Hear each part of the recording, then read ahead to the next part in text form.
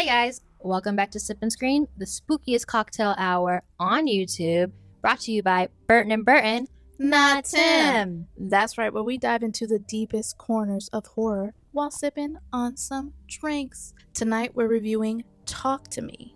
The drink inspired by the movie is called the Kangaroo. This is based in Australia. They're not really drinking solo cups, but these kids are giving solo cup vibes. It's giving solo cup vibes.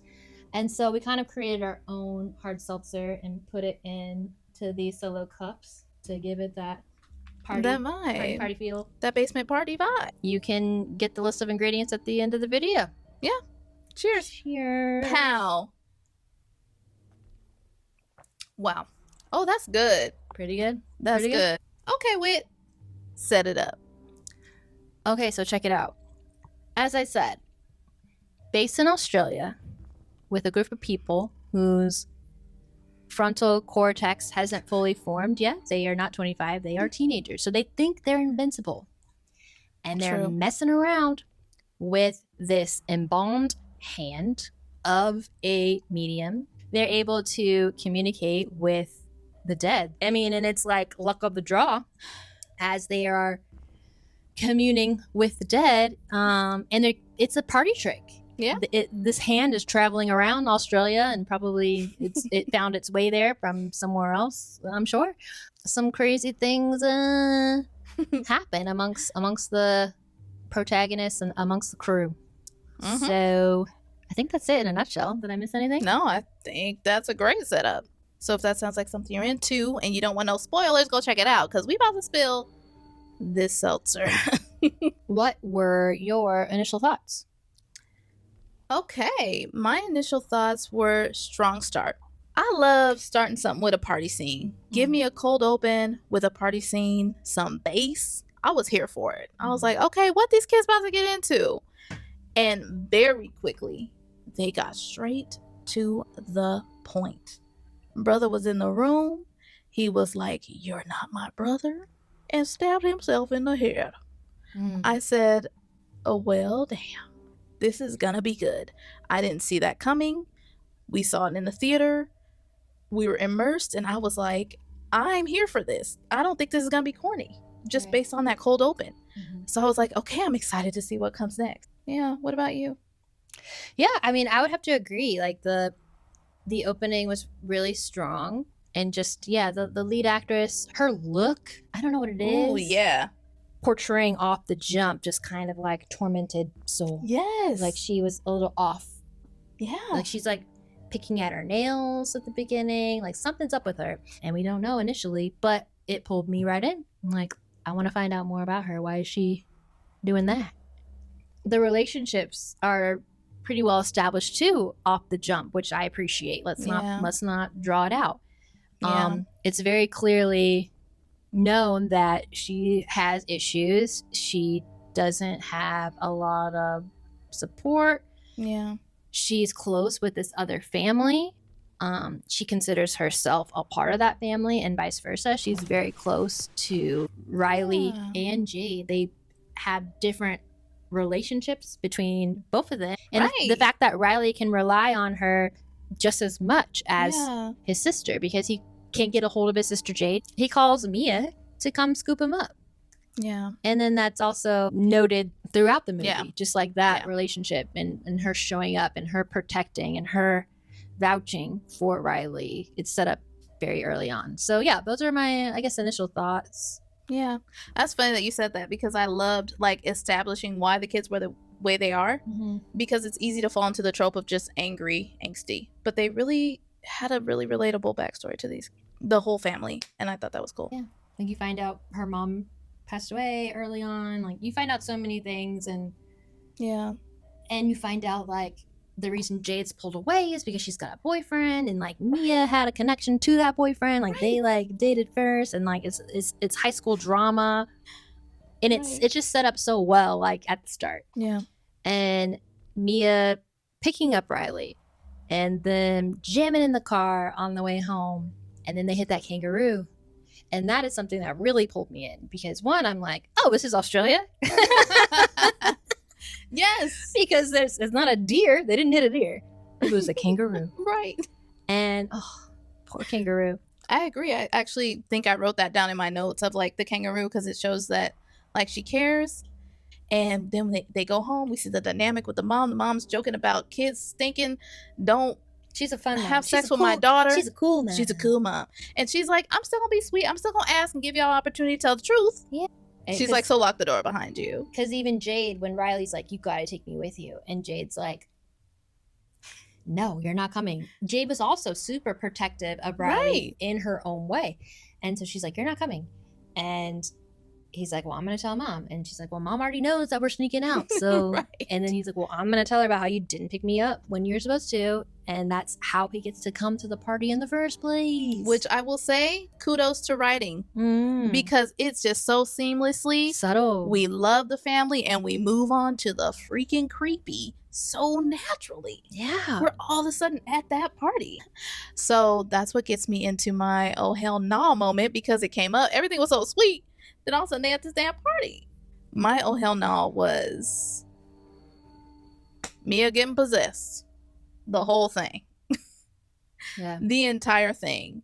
Her pupils dilating, her face slightly changing. Not so much that it was corny, enough that it was just like, Well, yee. and what's interesting about that too is that this is going around on social media. Like people are seeing what's happening when you interact Yes. with this Yeah. thing, and they're trying to be like, well, I don't think that's real because I'm seeing it on social Right. media. Like it could be edited. Right. So they're all here, and obviously, like two of the characters have already experienced it, and they know it's real, but other people probably don't. And then I feel like Mia is kind of established as an impulsive character. Like she Mhm. walks into this place Mm-hmm. and everybody's kind of ignoring her. Haley, Forgot that, one of the yeah. ringleaders, are asking Jade, like, why did you bring her? She's clean as fuck. Like, Oh yeah, I forgot she said that. Damn. yeah, like it's very clear that they don't like Mia. And so she's got these insecurities, and like, you know, her mom died, and she's like dealing with this depression, and Yeah. so then like it cuts to Jade and Daniel like holding hands, and it kind of makes her impulsive to volunteer. She's like, Right. oh, I'll do that's it. I'll do good. it first. Yeah. She's the first one to jump up. It's Why? like that pressure. I like that you noticed that because I was wondering what would make someone do something so extreme when there's like video evidence. But I like that her character is so layered that she's like, this pushed me to do it. Like, I want to feel seen in this moment and be valid in this group of people. In some form, in some way, yeah, like feeling invincible or feeling just like kind of crumbling under the peer pressure to like just Yeah. go with the flow in the moment, or Because you don't want to feel invisible sometimes. You want to feel seen. invisibility, invincibility. When they meet, you get this movie, or at least Mia as a character. I feel like you're a She's philosopher. crazy. I feel like you just philosophized with that sentence. Did That's I, did I crazy. philosophize? Whoa. Whoa.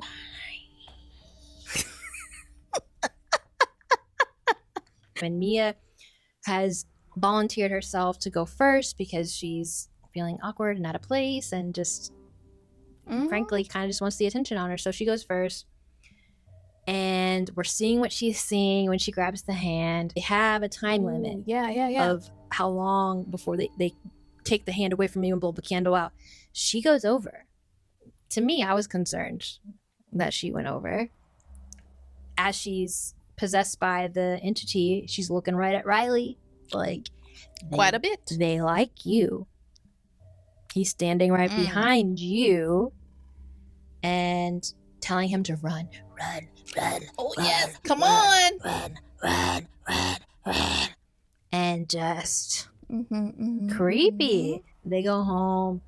There's another like point of Riley connecting with Mia Mm-hmm. and showing their friendship, their kind of sibling-esque relationship, and her talking more about her mom and how she committed suicide by taking too many sleeping pills on accident.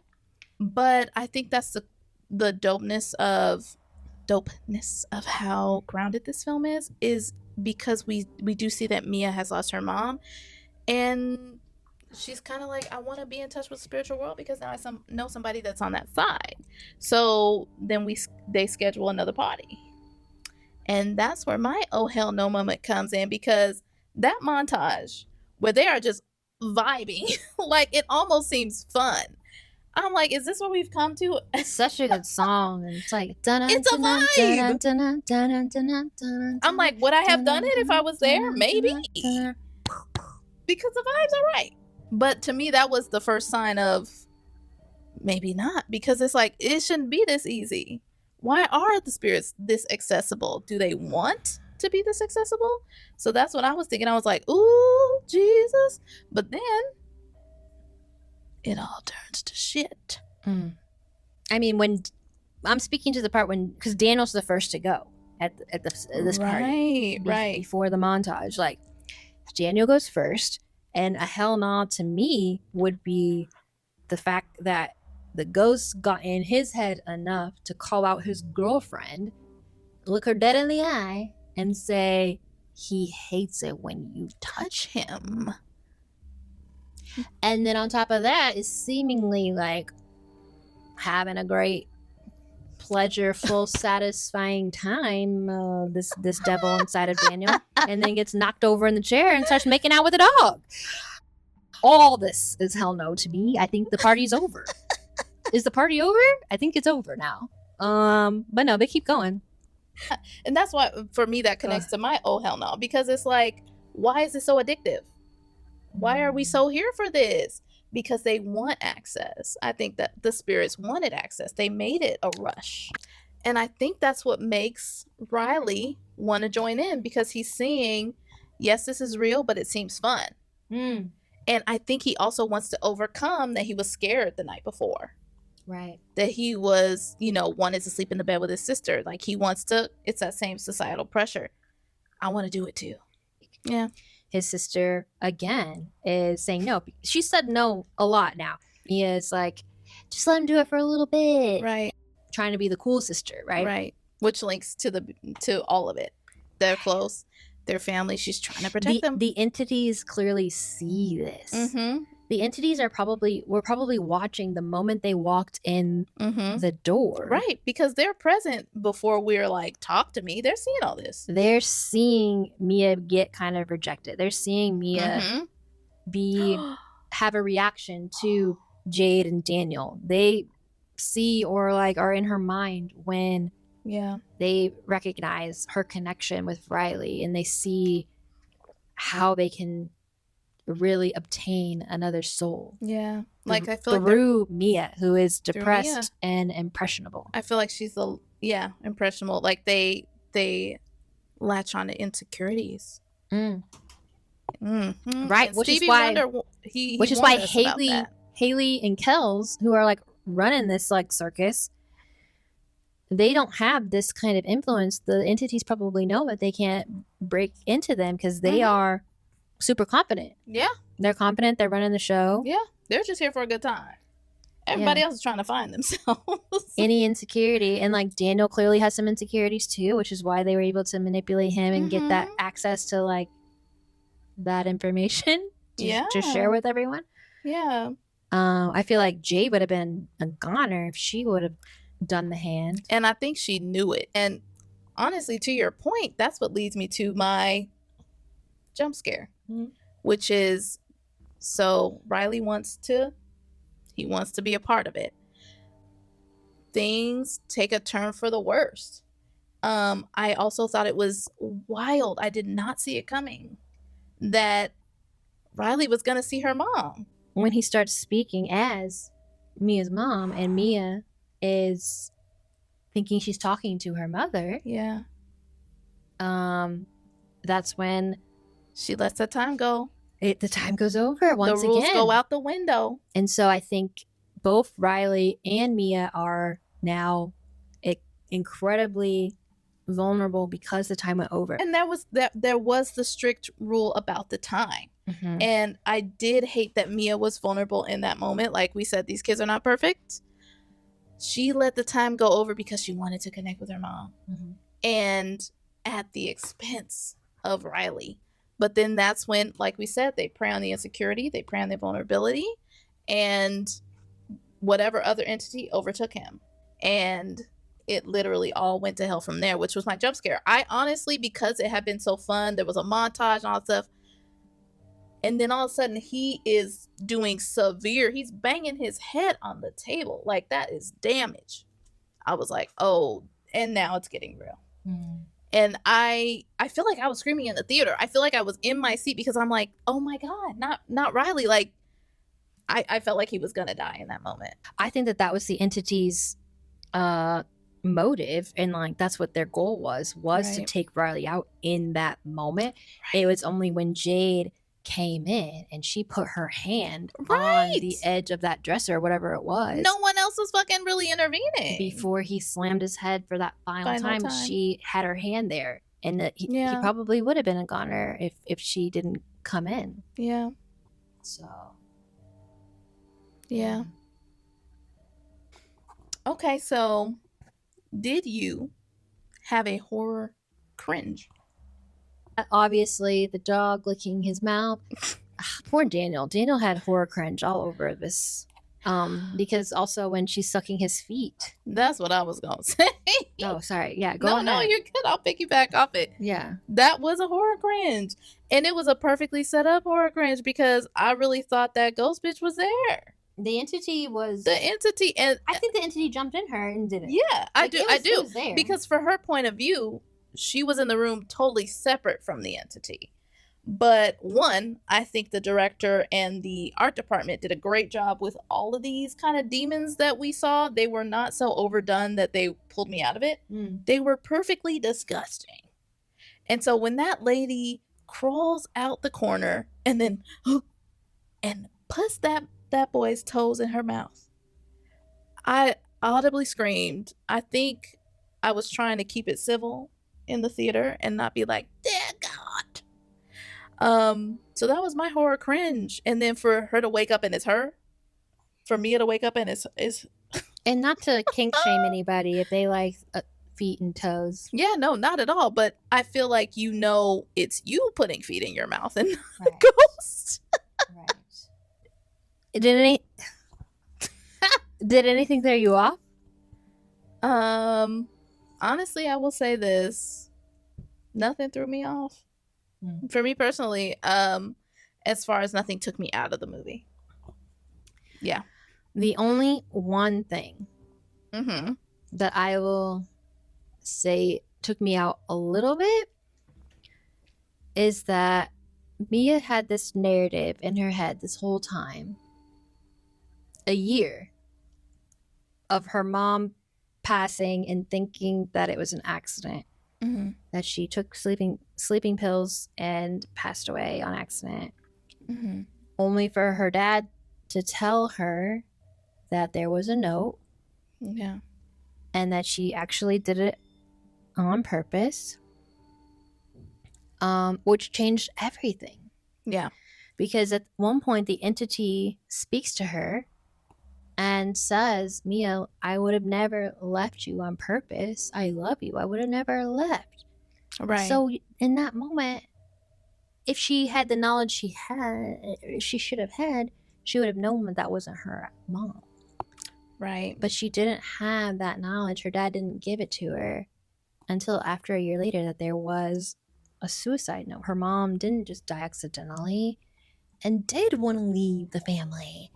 And so that just like kind of just ties into the fact like these entities were just playing with her mind and her thoughts and what she knew and the knowledge, like, yep, manifesting as her mom and telling her like, Riley is suffering. Riley isn't gonna make it. You need to end his suffering. And then Jade telling her like, no, Riley seems to be like getting better. He's there. Right. Like he's good. But you can't tell Mia that because these entities are all in her head because she's so... And her mind's made up. And even the brother of the first guy in the top of the movie who his head, he said the longer they're in there, the weaker they get. and she wasn't hearing any of it because, like you said, the entities were convincing her, and that's they found the right one. They found the right one, and I love that she was flawed enough for them to use her, but also she was very relatable, and to me, that's kind of like a warning. Like, some movies are just scary, and other movies I feel like they try to warn you, like maybe there's a little message, which is do not dive in so deep that you ignore all these red flags. Yeah. And she did, because she was so convinced. She was so convinced. They got her based on her own trauma and also insecurities. Yeah. And like, oh man, what you just said. What did you say? Riley. I don't know. But yeah. I also feel like if her dad was just honest with her from the jump, she would have known the ghost was lying. Exactly. You know? Exactly. Not thinking that someone's too young to handle the truth. Just tell us the truth. I'll figure it out. I'll navigate it. I'll work through the pain. Yeah. Tell me the truth, especially as a parent. Because then which kind of, that did like kind of throw me and take me out too. The fact that they also presented as her dad. Oh yeah. Like that threw you off. Well, okay, so like he tells her this information. He's like, yeah, Mia, like, sorry, but yeah, your mom actually committed suicide. There's no, she left, blah, blah, blah. She goes into her room. He's chilling in the living room, and all of a sudden, like, there's, pounding on her door, and it's her dad. And she's like, Dad, is that you? And like, he busts in the room. It's a ghost entity, whatever. Fully choking her out. But then Dad walks in the room, and she's just there by herself. Right. Just writhing on the floor. And like, he probably thinks she's choking. So he like gets on top of her to like help her. Right. And then she stabs him in the neck. But I love that, because I was having doubts about, what is she saying? Is this reality? Until that moment. He read the letter, and I said, that's exactly opposite of what that ghost said. And that's the only thing tangible, that's physical, that outlasts time, perspective. Her mama wrote that note. That was real. Yeah. I felt like that was real. And then that back and forth with this ghost in the room and her dad going through her bag. They were trying to pull a Hail Mary by presenting as her dad. Is what you're saying. And that for me was like, I thought she was unhinged. I did. I thought she was progressively getting more possessed, and this just confirms it. And I think that really smoothly led us into the final act. Smooth. Yeah. And I know, like, she's kind of insufferable a little bit as a character, because you're just like yelling at her the whole time, like, bitch, what are you doing? Right, especially after Riley stuff. Exactly. But you have to understand, she probably had problems even before her mom passed away. It intensified with her mom dying. She doesn't feel connected with her dad. She feels connected to this family. She is now rejected by this family. Right. The only people that she could count on. So she's in a very dark place, and even more like just insecure and vulnerable and susceptible to this manipulation. The younger, more vulnerable, more susceptible you are. Oh, yeah. The more the demons can manipulate and get to you.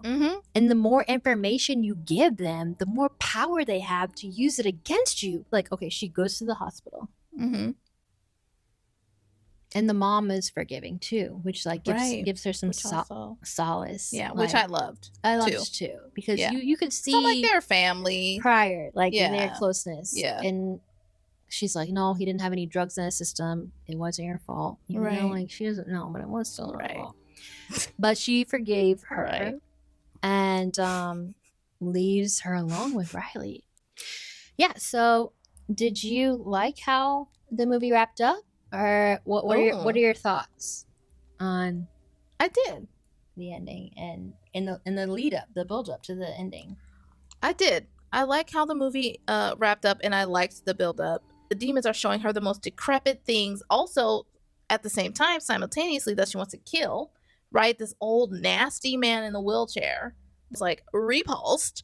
Yeah, I want to push you in the middle of a highway. Yeah, but.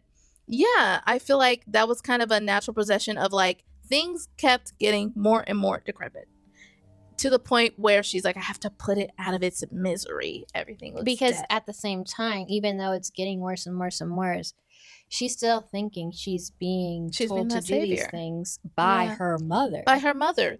But as she's standing at the edge and about to push him in, it's whispered to her, and like it's seemingly her mother behind her saying that, what does it say? We'll have him forever. Yeah. I'll take care of him. We'll have him forever. And You're doing the right thing. You're doing the right thing. We'll have him forever. And I think when it says we'll have him forever, she kind of has this like kind of poignant look on her face. Yeah. Like she's having some sort of realization. Yeah. That will have him forever is not, she's like, wait, her mom. Yeah. It I think in that moment it clicks that it's the entities that are tricking her. And so yeah, and she's realizing like, oh, maybe Jade was right. Riley's getting better. Like I am being tricked. And so I think she sacrifices herself instead of Riley. I think she finally clocked that.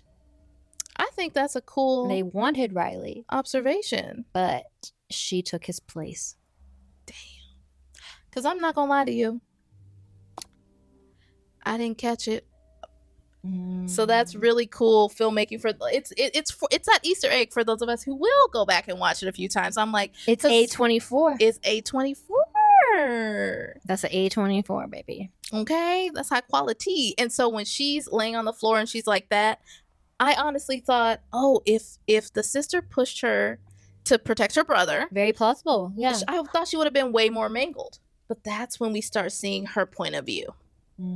And that's when we start getting into afterlife. That's when it happens right away. She's not dead even in her own eyes. So we see her as beat up because that's how she sees herself. We start seeing her point of view from that moment. She gets up, all of a sudden she's in the hospital. All of a sudden she's seeing her dad. All of a sudden she's seeing the family. All of a sudden she's seeing Riley and he's healed. And he's not being possessed anymore and because he's not enough possessed. time has gone by. Yeah. Like the and there's no OG, sense of time. Time OG has gone brother. by. Yeah. Yeah. So Riley's like good to go. Riley's good to go, and all of these rooms in her mind start shutting down. Yeah, the dad survived, but he looked like he had been through it. Walking that exit, walked to the elevator. He was like, "I can't take any more loss." It just, and that was just the shot of the back of him, and I'm like, oh. But I think it ended well.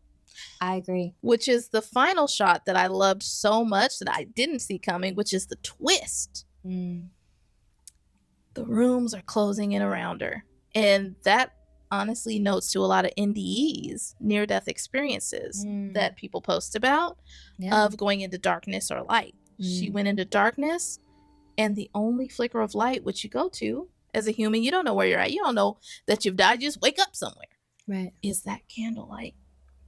Full circle. The candlelight brings us back, and there's a hand, and she's fucking dead. And like, okay, and that's what's wild too, right? Okay, I didn't think about this until just now. Okay, look.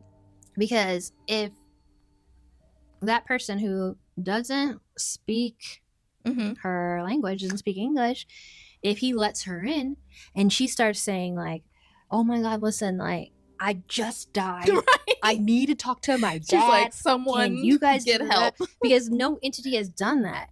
Right, no one's been like, get help. But you know what it is? What? Oh my God. All these entities have been trapped in this hand for centuries, probably. They know they can't talk to the people that are letting them in. They just have to experience what they're going to experience in the moment. So they're going to get off and make out with dogs. And do what they do. They're going to try to manipulate to get other people that they seem like attracted to. Right, because misery loves company. Be a part of the hand too. Yeah. Maybe that's like the game that they play because they don't have anything else to do. They're like trapped in this hand for all eternity. Right. This embalmed medium hand. Damn. I didn't think about that till just now. Like, dang, yeah. Somebody knows English, which they might, but at a certain point, even when the kids were playing, like if we take it back, there was a certain point where this ghost had probably been through it so many times. She's singing in French and performing. Exactly. She's taking her like, moment. Yeah. Yeah. So eventually that's what she's going to do too. Like at the time, until she gets used to being her eternity, this being her reality, she's gonna like probably ask for help Yeah. and like try to remedy the situation somehow Yeah. until she is driven crazy and Right. realizes that like This is it. you're in darkness and then you're conjured and you can do whatever you want for the 90 seconds unless they go over, then maybe you can manipulate them to do something. And this was what leads me to my thought that I'm having right now for the first time ever, which is potentially unfinished business. And if a ghost can use whatever moments that they have to convince people to finish that business, then they can cross over. That would be maybe a cool sequel. I don't know, unless it's just for us to kind of finish the story for ourselves. Yeah. So, your ratings for Talk to Me.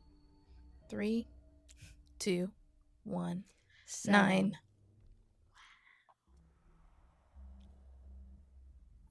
I almost went 7.5.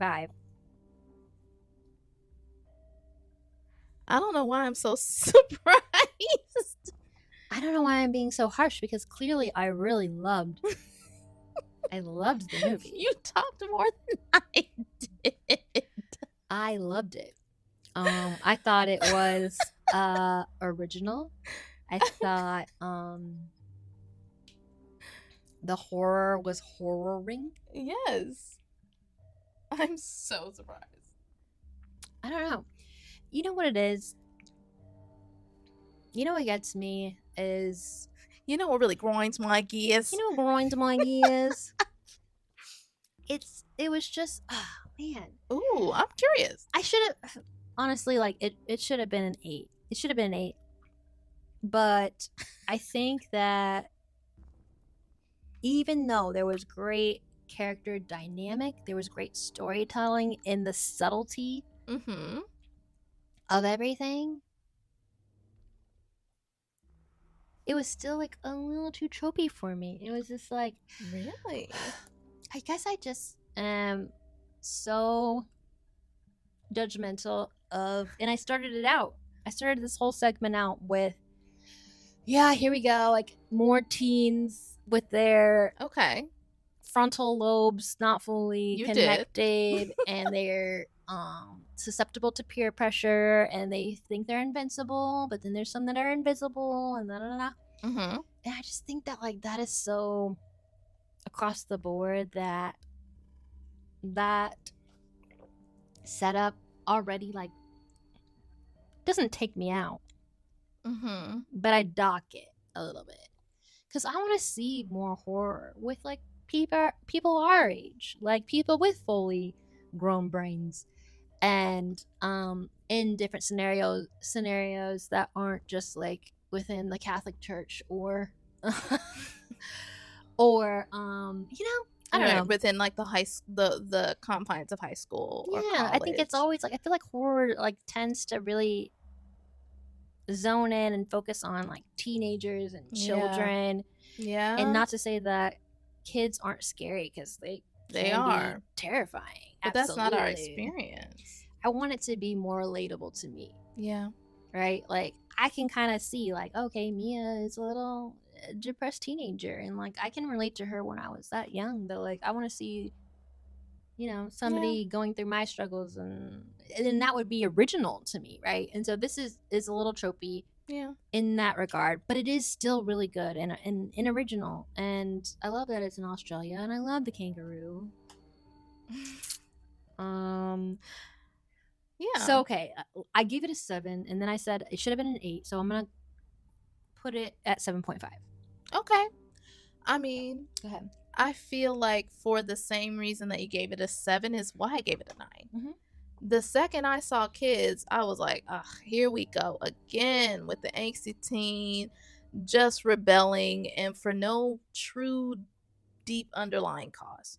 But they hit me with a lot of relatable shit, and maybe that's because of the stuff I was going through as a teen. I saw a lot of spirits as a teen. A lot of things drove me to make the decisions that I did as a teen. And surprisingly enough, all of my decisions were opposite.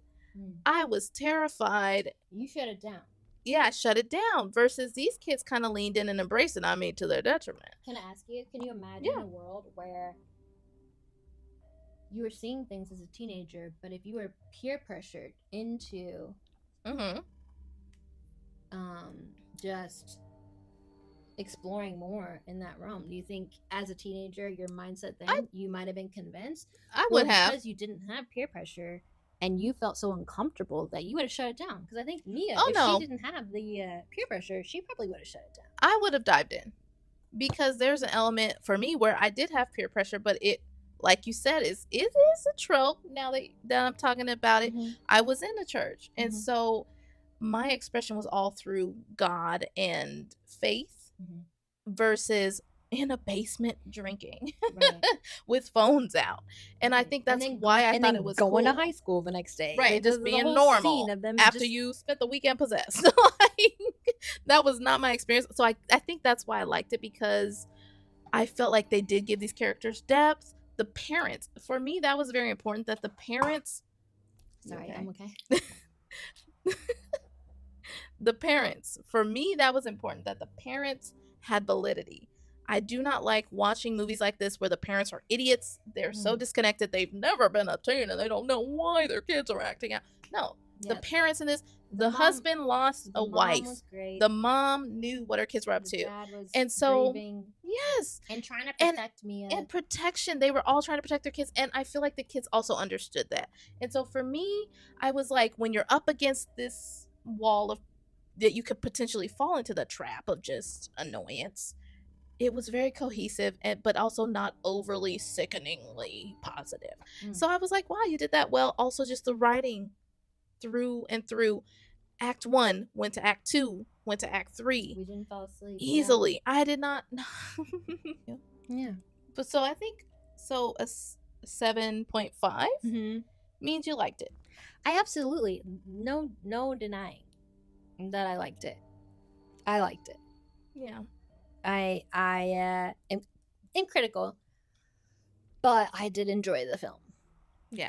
And I feel like for me as a writer, I'm taking notes. And like we've said before, Burton and Burton, we're here, we're learning, we're growing as we enjoy watching films.